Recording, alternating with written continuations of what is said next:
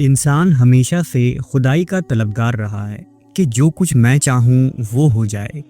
جب ایسا ممکن نظر نہ آیا تو اس نے دیگر ایسے راستے تلاش کرنا شروع کیے جن سے وہ اپنی مرادیں پوری کر سکے۔ اس تلاش کے ذریعہ انسانوں نے مخصوص دعا، مناجات، منتر، کلمات اور خاص لفظوں کا استعمال سیکھا۔ الفاظ کی اثر کا نسخہ سب سے پہلے اللہ نے آدم علیہ السلام کو غلطی معاف کرانے کے لیے سکھائے تھے۔ انسانوں نے وحی اور اپنی ذاتی تجربے سے سیکھا کہ کچھ الفاظ ایسے ہوتے ہیں جو دلوں میں محبت پیدا کر سکتے ہیں، کچھ الفاظ نفرت کے بیج بو سکتے ہیں، جبکہ کچھ الفاظ انسان کو خدا سے جوڑ سکتے ہیں۔ الہامی کتابیں بھی پیغمبروں اور اللہ کے نیک بندوں کی مخصوص لفظوں اور دعا کا ذکر کرتی ہیں، مثلا سلیمان علیہ السلام کی دعا، یونس علیہ السلام کی دعا۔ اسی طرح رسول اللہ صلی اللہ علیہ وسلم کے ذریعہ سکھائی گئی مختلف دعائیں اور ذکر و وظیفے۔ ان اذکار اور دعاؤں میں کچھ دعائیں واقعی ایسی ہوتی ہیں جو یقینی طور پر قبول ہوتی ہیں اور اس کے مثبت نتیجے نکلتے ہیں۔ انہی طریقوں میں ایک طریقہ اسم اعظم کا ہے۔ اسم اعظم دراصل اللہ تبارک و تعالیٰ کا نام ہے اور ابراہیمی مذاہب میں اپنے محبوب کو پیارے ناموں سے پکار کر اس کی توجہ کو حاصل کرنا ایک قدیمی نسخہ مانا گیا ہے۔ زمانہ قدیم سے علماء، صوفیاء اور ماہر روحانیات اللہ کے سینکڑوں صفاتی ناموں میں سے ایک اسم اعظم کی تلاش میں مصروف رہے۔ اسم اعظم ایک ایسی بابرکت چیز ہے جس میں بے پناہ روحانی طاقت ہوتی ہے۔ جو کام بظاہر مشکل نظر آتے ہیں وہ سب اس کی برکت سے آسان ہو جاتی ہے، کیونکہ اس کے ذریعہ بندے کا تعلق اللہ سے مضبوط تر ہو جاتا ہے اور اسے غیبی مدد حاصل ہوتی ہے۔ ایک حدیث کے مطابق اسم اعظم کے ساتھ اللہ سے جو بھی دعا مانگی جائے اللہ اس دعا کو قبول فرماتا ہے۔ اسم اعظم اسراروں کا اسرار اور رازوں کا راز ہے۔ کہتے ہیں کہ یہی وہ نام ہے جس کے استعمال سے حضرت عیسیٰ علیہ السلام مردوں کو زندہ کیا کرتے تھے۔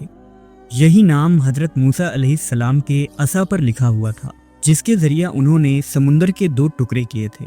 یہ نام ادریس علیہ السلام کو بھی پتہ تھا، جس کی وجہ سے وہ ایک فرشتہ کے ساتھ آسمان پر گئے تھے، اور بھی بہت سارے انبیاء اکرام کو یہ اسم اعظم معلوم تھا۔ 4 مقدس آسمانی کتابوں میں سب سے پرانی کتاب زبور میں اسم اعظم کو اتارا گیا تھا، لہذا داؤد علیہ السلام جن پر زبور نازل ہوئی تھی انہیں اسم اعظم پتہ تھا اور انہوں نے اسے اپنے بیٹے سلیمان علیہ السلام کو بھی بتایا تھا۔ مختلف آسمانی کتابوں اور قرآن مجید میں سلیمان علیہ السلام کا وہ مشہور واقعہ درج ہے کہ جب حضرت سلیمان نے تخت بلقیس کو لانے کا حکم دیا تو دربار میں موجود آپ کے ایک وزیر نے کہا کہ میرے پاس وہ طاقت ہے کہ آپ کے پلک جھپکنے سے پہلے ہی میں وہ تخت ملک سبا سے لا کر یہاں حاضر کر سکتا ہوں، اور واقعی ایسا ہی ہوا۔ ابن عباس کہتے ہیں کہ وہ شخص آصف بن برخیا تھا اور اس کی طاقت کا راز بھی اسم اعظم ہی تھا، جس کے استعمال سے وہ تخت حاضر کرنے پر قادر ہوا تھا۔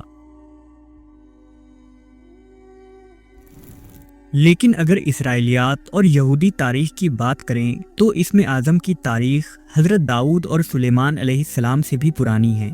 اسرائیلیات کہتی ہیں کہ اسم اعظم کا علم حضرت موسیٰ کے پاس تھا اور آپ نے یہ نام اپنے بھائی ہارون اور کچھ خاص لوگوں کو ہی بتایا تھا، جس کا استعمال بنی اسرائیل سخت مشکل اور مصائب کے دنوں میں کرتے اور اللہ تعالیٰ سے اپنی مرادیں پوری کرتے۔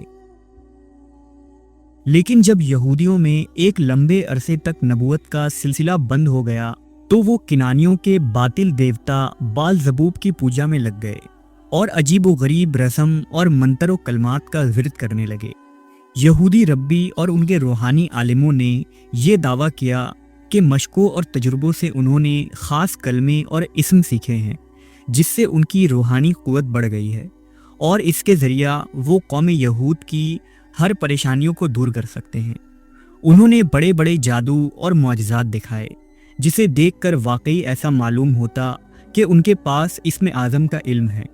لیکن حقیقت میں وہ شیطان کی مدد لے کر سفلی اور قبالہ کے ذریعہ یہ کام کر رہے تھے، اور اسم اعظم کا علم اب بھی صرف گنتی کے چند خفیہ لوگوں کے پاس ہی تھا۔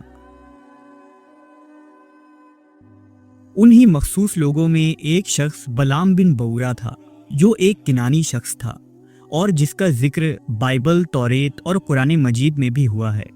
بلعام بن بورا کو خداوند نے 3 دعائیں قبول ہونے کا شرف بخشا تھا۔ وہ جب چاہے اسم اعظم پڑھ کر 3 دفعہ اپنی دعائیں پوری کروا سکتا تھا۔ روایتوں کے مطابق جب اس کی بیوی بسوس کو یہ بات پتہ چلی تو اس نے بلعام سے کہا کہ میرے لیے دعا کرو کہ مجھے بنی اسرائیل کی سب سے خوبصورت عورت بنا دے۔ لہذا بلعام نے اس پر دعا کی اور وہ بنی اسرائیل کی سب سے خوبصورت اور حسین عورت بن گئی۔ بنی اسرائیل کے مردوں نے جب بسوس کے حسن کو دیکھا تو وہ اس کے دیوانے ہو گئے، لہذا بسوس نے بلعام کو چھوڑ دیا اور دنیا کی خواہش میں پڑ گئی۔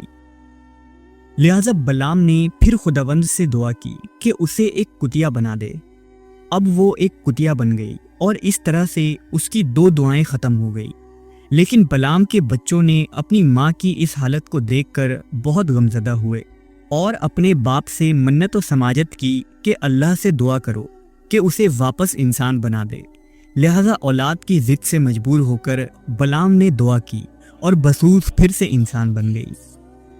اس طرح سے بلعام کی 3 دعائیں ختم ہو گئی، جن دعاؤں کو اس نے اسم اعظم سے کی تھی، اور اب وہ صرف افسوس کرتا رہ گیا کہ اس نے 3 سنہرے موقعوں کو گوا دیا اور اس کے ہاتھ کچھ بھی نہ آیا۔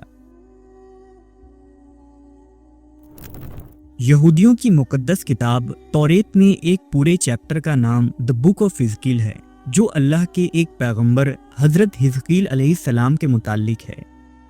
اس صحیفے میں حضرت حزقیل کے 6 مکاشفے یا ویژنز کا ذکر ہوا ہے، جسے خداوند نے آپ کو دکھایا تھا۔ پہلا مکاشفہ خشک ہڈیوں کی وادی تھی۔ جہاں سے حضرت حزقیل علیہ السلام گزرے تو وہاں مردوں کی ہڈیاں بکھری پڑی تھی۔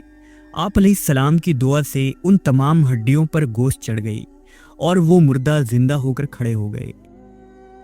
دوسرے مکاشفے میں حزقیل علیہ السلام یہ دیکھتے ہیں کہ یروشلم تباہ ہو گیا ہے اور انہیں مستقبل کی پیشن گوئی بتائی جاتی ہے۔ اس طرح یہودیوں کا غلام بننا، ہیکل سلیمانی کا تباہ ہونا اور آسمان پر ایک عظیم رتھ کو اڑتے ہوئے دیکھنا، یہ تمام چیزیں آپ کے مکاشفوں میں شامل تھا۔ یہ 6 مکاشفے جاننے کے بعد حزقیل علیہ السلام اپنے اندر ایک خاص روحانی قوت کو محسوس کرتے ہیں۔ یہ تمام باتیں جان کر یہودی حضرت حزقیل سے بہت زیادہ متاثر ہوئے۔ یہودیوں کے مطابق حضرت حزقیل خاص حروف کو جان گئے تھے، اور وہ خاص حروف خدا کا ایک چھپا ہوا نام تھا، یعنی اسم اعظم، جس کے ذریعہ آپ نے اس وادی میں مردوں کو زندہ کیا تھا۔ دنیا کے مختلف مذاہب، ادیان اور آسمانی کتابوں میں اللہ کے بے شمار نام موجود ہیں، لیکن اللہ کے کچھ نام ایسے بھی ہیں جس کا علم کسی کو بھی نہیں، اور وہ نام پوشیدہ ہے، جبکہ کچھ نام ایسے ہیں جسے اللہ اپنے بندوں میں سے یا مخلوقات میں سے کسی مخلوق میں چنے ہوئے بندوں کو ہی بتاتا ہے۔ یہ اسم سیدھے وحی کے ذریعہ اس برگزیدہ بندے کے دل میں ظاہر ہوتا ہے، اور اس کے ذریعہ وہ بندہ جو بھی دعا مانگتا ہے وہ فوراً قبول ہو جاتی ہے۔ اللہ کے وہ پوشیدہ نام دوسرے آسمانی صحیفوں میں بھی موجود ہیں۔ لہذا توریت کے کتاب خروج کے مطابق جب موسیٰ علیہ السلام نے طور سینا پر خدا سے کہا کہ اگر بنی اسرائیل مجھ سے پوچھیں کہ تیرے خالق کا نام کیا ہے تو میں کیا کہوں، اس پر خداوند نے حضرت موسیٰ سے فرمایا، تمہارے باپ دادا ابراہیم، اسحاق، یعقوب کا خدا یہوہ ہے، اور یہ میرا نام ہمیشہ کے لیے ہے۔